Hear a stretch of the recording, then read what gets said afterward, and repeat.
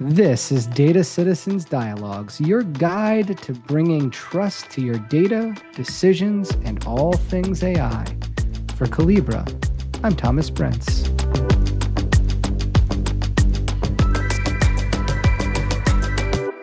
My name is Dombroski. I work for MUFG, which is a large Japanese bank. And specifically, my role is leading a number of our more traditional data office functions around things like metadata, data quality. But I also have the pleasure of managing our data tools and our data platforms. So I kind of have both sides of not only the governance, but also actually the business running of our reporting tools, data lakes, all of those fun things. Okay, it's like a whole scope. Correct. And not just the governance piece or the quality bit, but also the BI and also, okay, great. Well, that is an easy leeway into, the favorite topic of the day, which is data products. And, I'm going to start with my least favorite part about the data products, which is the what. And this is for you data people. It's not about the what, but we're still going to start with the what. So what for you is a data product? I think for me, the most interesting thing about the data product is really how it's managed and the business ownership of it. We, like many others, I think, are going through the journey of how do you transition from data lakes, data warehouses with tables to true data products, and particularly better engaging the business. So to me, the big difference there is really making sure that that product has true business ownership, business value, business insights to it. And it's getting things that are in a kind of a collection that makes sense to the business versus very tactical tables for one-off uses. So we're still early in that journey, but I think it's an exciting space to be, an exciting journey. Absolutely. We saw data products come up over the last couple of years in various trends, like in MIT, but also in Gartner. So it's relatively new in a way to many people. And thanks for sharing your experience. I love that part about the business, right? Because if we have the whole debate about a data product as a table or that or the other, what matters more is, like, well, where's the responsibility? Where's the ownership? Where's the value? So let's talk about the why of the data product. How did you get to that point, as in, okay, data products are important? Where did that start? So I think for us, we went through what I'd call kind of the traditional journey that data was very much so centrally managed. So our data office traditionally has sponsored most of our data work. And the way that I would describe it is you kind of get to a journey where data is done to the business versus with the business or for the business. So we invested a lot of time and money into things like our data warehouse, our data lake, but I think it lacks some of the federation and some of the engagement with the business. We saw engagement with specific groups that had kind of heightened reporting needs, mostly in the regulatory or compliance space. But I think until you really embrace the business engagement for further out into the business, it's hard to get that engagement. So we're at a point of kind of reigniting that journey and taking what we have in many of our platforms and figuring out how do you better engage the business in that? How do you engage them in the maintenance? How do you make the catalog more approachable? How do you help engage them in the data quality process? Where, for example, instead of having technical data quality rules that they're uninvolved in, how do you give them the capability and ability to do that? So we're still very early in that journey, but in the kicking that off, which is very exciting. Yeah. I think you mentioned something about compliance there. So as a financial services organization, I'm sure compliance maybe started some of this. But what you're saying is this is not where you could stop, right? You have to go closer to the business and the value and, not doing data to them, but with them rather. Let's talk about that bit a little bit. How were you successful in getting them on board and in rallying them, top down, bottom up, something in between? Yeah. What allowed you to rally the business side of it? Yeah, I think early engagement more recently has been really bottoms up. I think we're starting a little bit more top down at this point. But where we saw some early wins, we're really looking at how do you get use cases that are important to them. We had a couple interesting use cases where we helped business groups with very interesting dashboards that helped reduce their time. And when you take front office revenue generating groups that aren't spending 4 hours a day on a data pull, that's very meaningful for them. So we found some early use cases with that.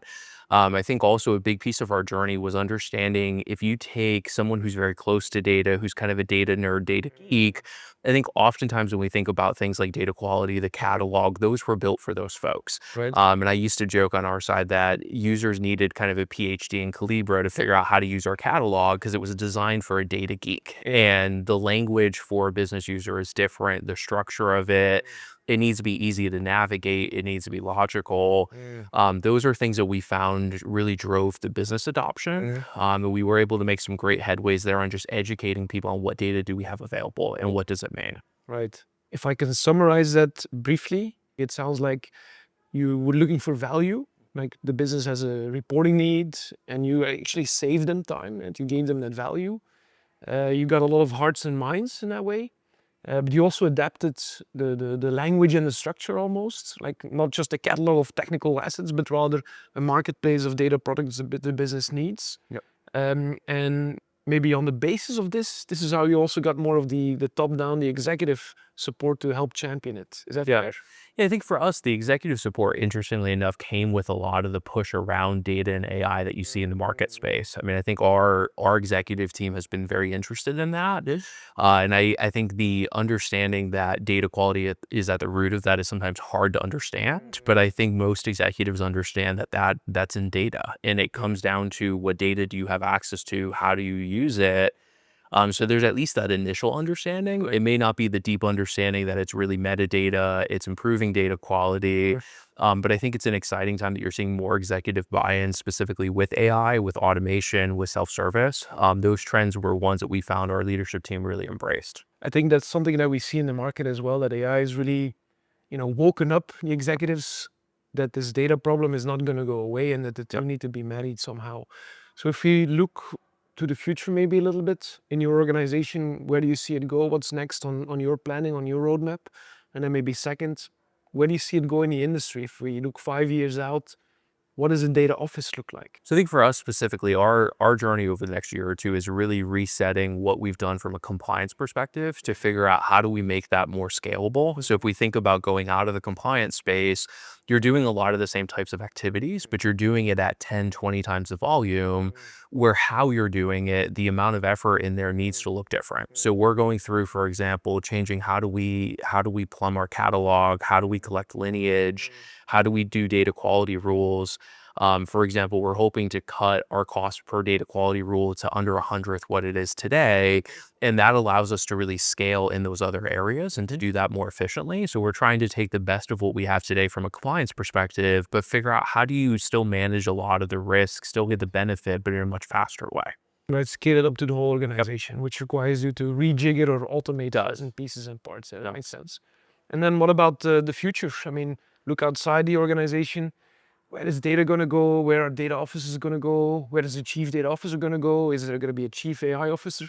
Yeah. If you could dream 5 years out, where do you think the world is at? To me, the chief data office function is kind of a natural evolution into the AI office. I think those two very much go hand in hand in terms of skill sets, in terms of benefit to the organization. To me, one of the big challenges, if we think about data, organizations, particularly with AI, are creating more and more data. And you're going to get to the point of kind of the old legacy data swamp of a data lake, that you have so much data that how do you manage that? How do you understand it? How do you avoid duplication? Right. We're going from a space where a selective few could create dashboards to now tons of people are creating dashboards. So you went from a couple hundred, that was still a lot, to now you may have 20, 30,000. And how do you find duplication in that? How do you make that more efficient? How do you retire things that aren't being used? Right. I think particularly as more and more is built, a lot of the focus is going to be what is really critical, what's the value of it, how do you manage that longer term? No, I think that's something that I'm personally very hopeful for, that is data assets, thinking about data as an asset or as a product. That this is going to come into maturity over the next, 3, 5, 10 years. Yep. We'll make a bet on the exact timing, but I agree with your perspective. Thank you very much, Brandon, for sharing your story. And to the audience, we're looking for more stories. Bye-bye. Thank you.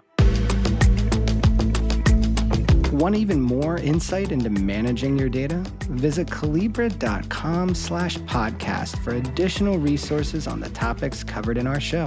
Be sure to follow us on Apple, Spotify, or wherever you get your podcasts so you never miss an episode.